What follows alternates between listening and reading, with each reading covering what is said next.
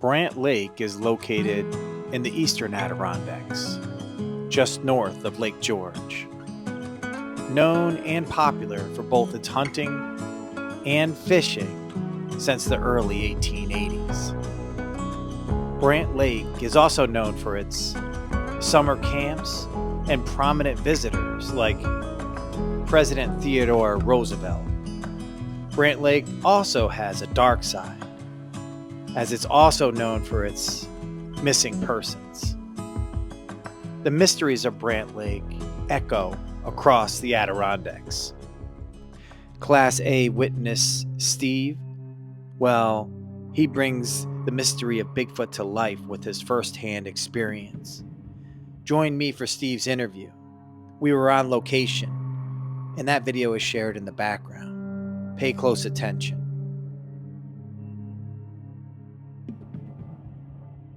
Good to meet you. Good to meet you. Thanks for taking some time with us today to chat. Yeah. I'm excited to hear some of your experiences and different items that we talked about that you wanted to share. Mm-hmm. If you wanted to share a little bit about you, so we're in Brant Lake right now. Yeah. Right? Yeah. This is basically a summer camp.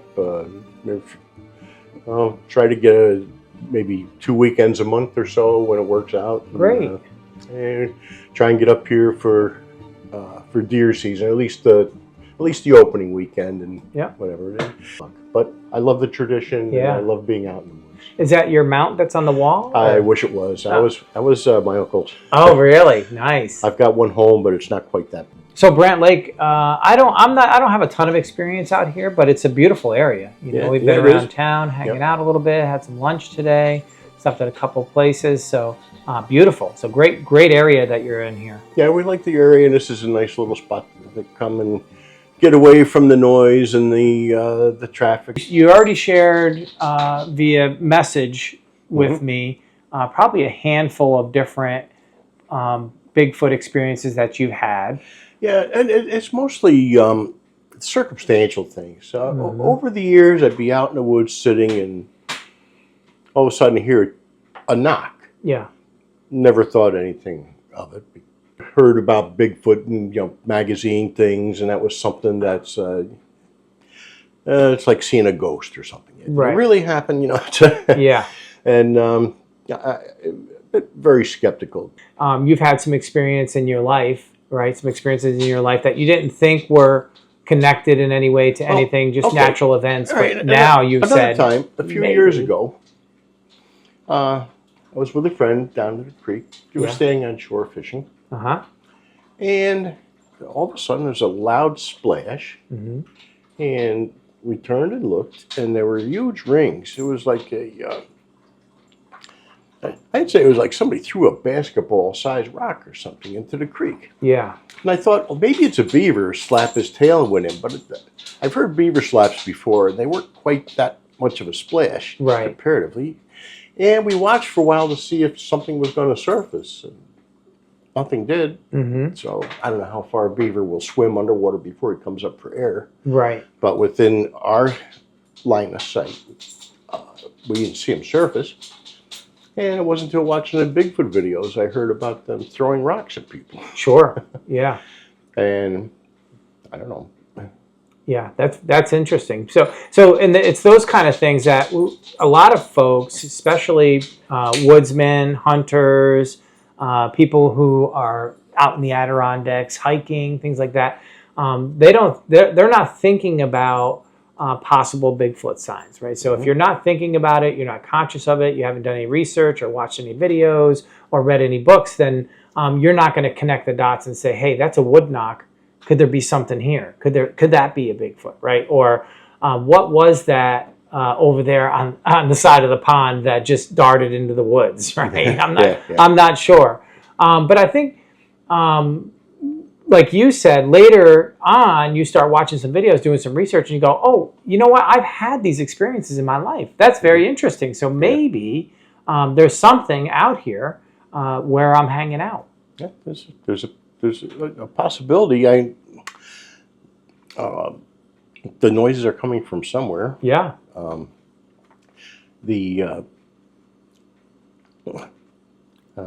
want me to go into my experience with my dad? Oh, I'd love you. Yeah, Okay. please. You can share anything you want, open format, no Okay, problem. all right. Yeah. Just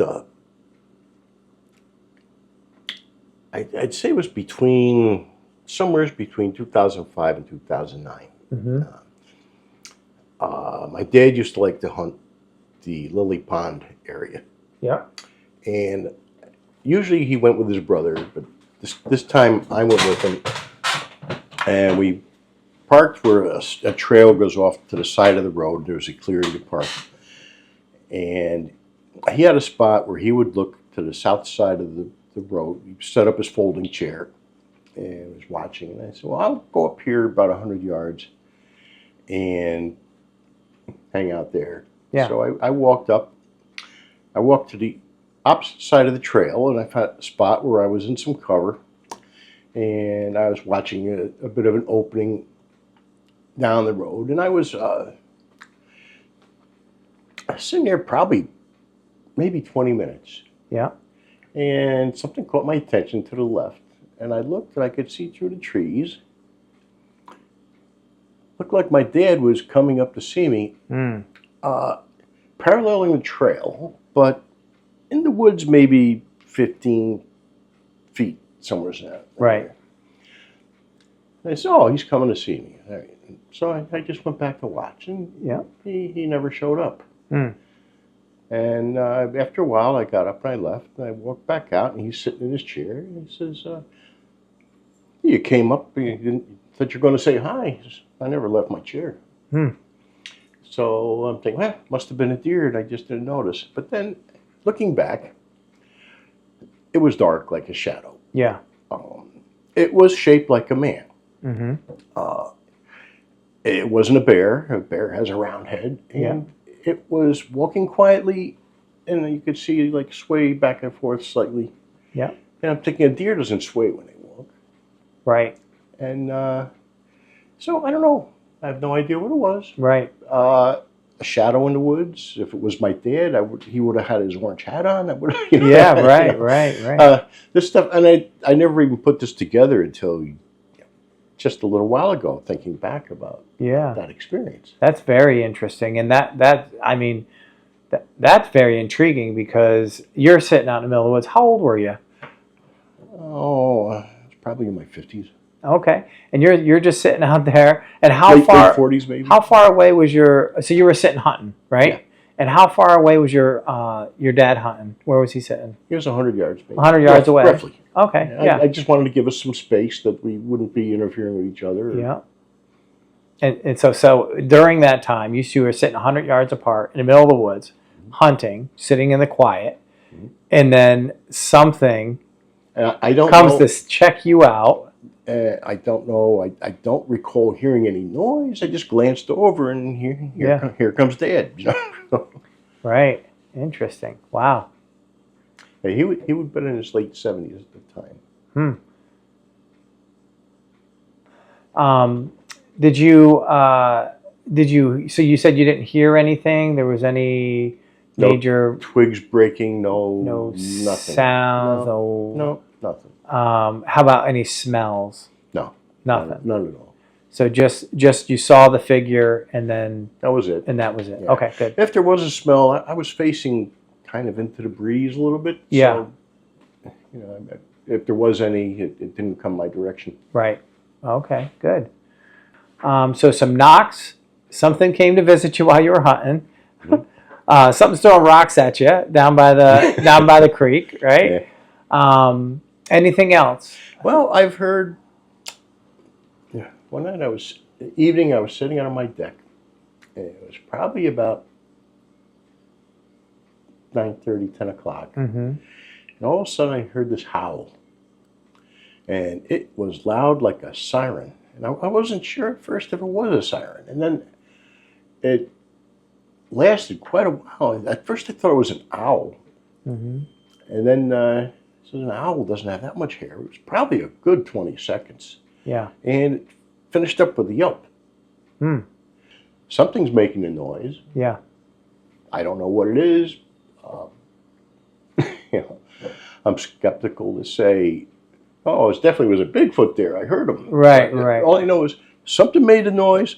I Yeah. don't know what it is, and I haven't been able to find anything that sounds like it from a known any animal I've thought about to research so far. Right, right. And how many years have you been in the woods hunting and just activities in the forest? Oh, I've been hunting since 1971. Oh wow, yeah.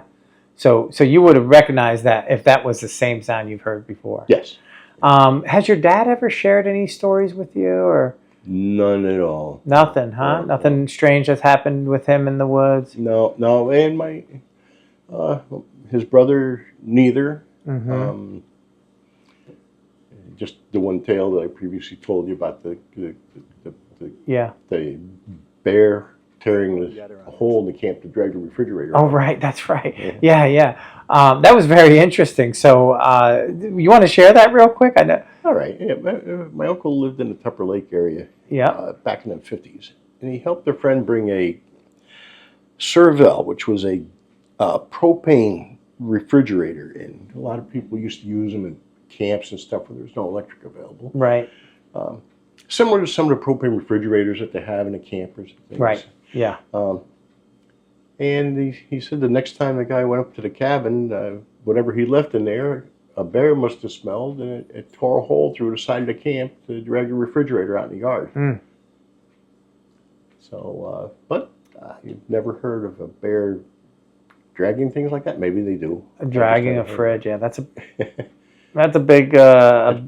a big a big bear. Yeah, a big bear. I'm just thinking about that experience with you and your dad hunting, and you seeing that figure coming towards you, and you thinking it was your father. What did your dad say about that when you let him know? Did you describe it to him? No. Oh. No, I didn't even think much of the description. Yeah. I just said, I saw you coming towards me. He says, Wasn't me. that wasn't me. Yeah. So I never lift my chair. Hmm. And I said, oh, how to be a deer, and I just missed out. Mm-hmm. Just never gave it another thought till just shortly before I talked to you about it. Yeah. So for years, I never thought about it again. I wonder if maybe the Bigfoot, if there are Bigfoot in this area, and if these are Bigfoot experiences, if there's some sort of connection that they have with you, or I doubt it. I haven't had that many experiences. Are you a very friendly person? Generally, yeah. Yeah. Okay. I have heard at least twice sitting out there yelps. Yeah. In fact, my wife was in here. She heard them too, and she's like, "What kind of bird makes that noise?" I said, "Some kind of owl." Yeah. And that's all I thought about. I probably never, hey, even after hearing the howl, I just continued sitting out there till maybe 11 o'clock or so. I didn't. Yeah. Never got. It certainly didn't scare me or anything. Right. Just, right. I never thought about some kind. I couldn't see it. Did you ever find any random things around your property where, like, where did this rubber ducky come from, or anything like that? No, nothing. No possible Bigfoot gifts left on your property. No. Okay, all right. Just checking, because it sounds like maybe they're interested in you in some way, and that's why you've had multiple experiences. I will show you where a bear poked a hole in my Esco cover right over there. Oh yeah, cool. That's super cool. Yeah. All right. All right. Well, let's take a look around. Yeah, let me walk you down a little to the bit. creek. Yeah. Okay.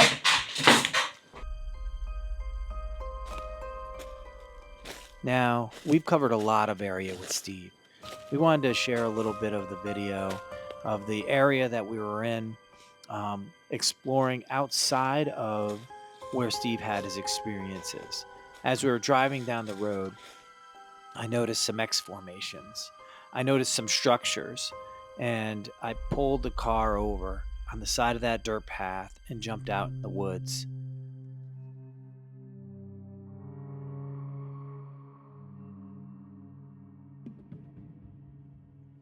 I don't know what drew me to this area, but it was very impactful. I've seen signs everywhere in this area. I could tell you this: soon as I came down that rocky hill, there was a smell. I don't know if it was the swamp or if it was a Bigfoot, but there was a smell that I've never smelled before. You'll see as we get closer to the swampy area, there's some possible prints. There's a lot of structure here. It was just a very strange area. Didn't make sense at all, but I wanted to explore and take a look around.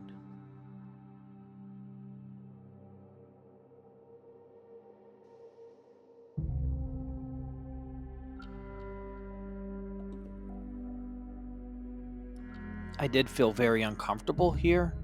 We were deep, probably about 4 to 5 miles down a dirt road in a path to nowhere. And it didn't seem right. It seemed eerie. It seemed like something was watching us, something was out here, and I did not feel comfortable. And we didn't stay very long. This area is extremely close to Steve's Class A experience, to a couple of other incidents that he's had as well, not to mention the area of the missing persons out here in Brant Lake. It makes me wonder, is there some sort of connection here? Is there something more going on? Are the mysteries of Brant Lake more than we can imagine? The conclusion to my investigation here in Brant Lake is Steve saw a Bigfoot, and I believe him.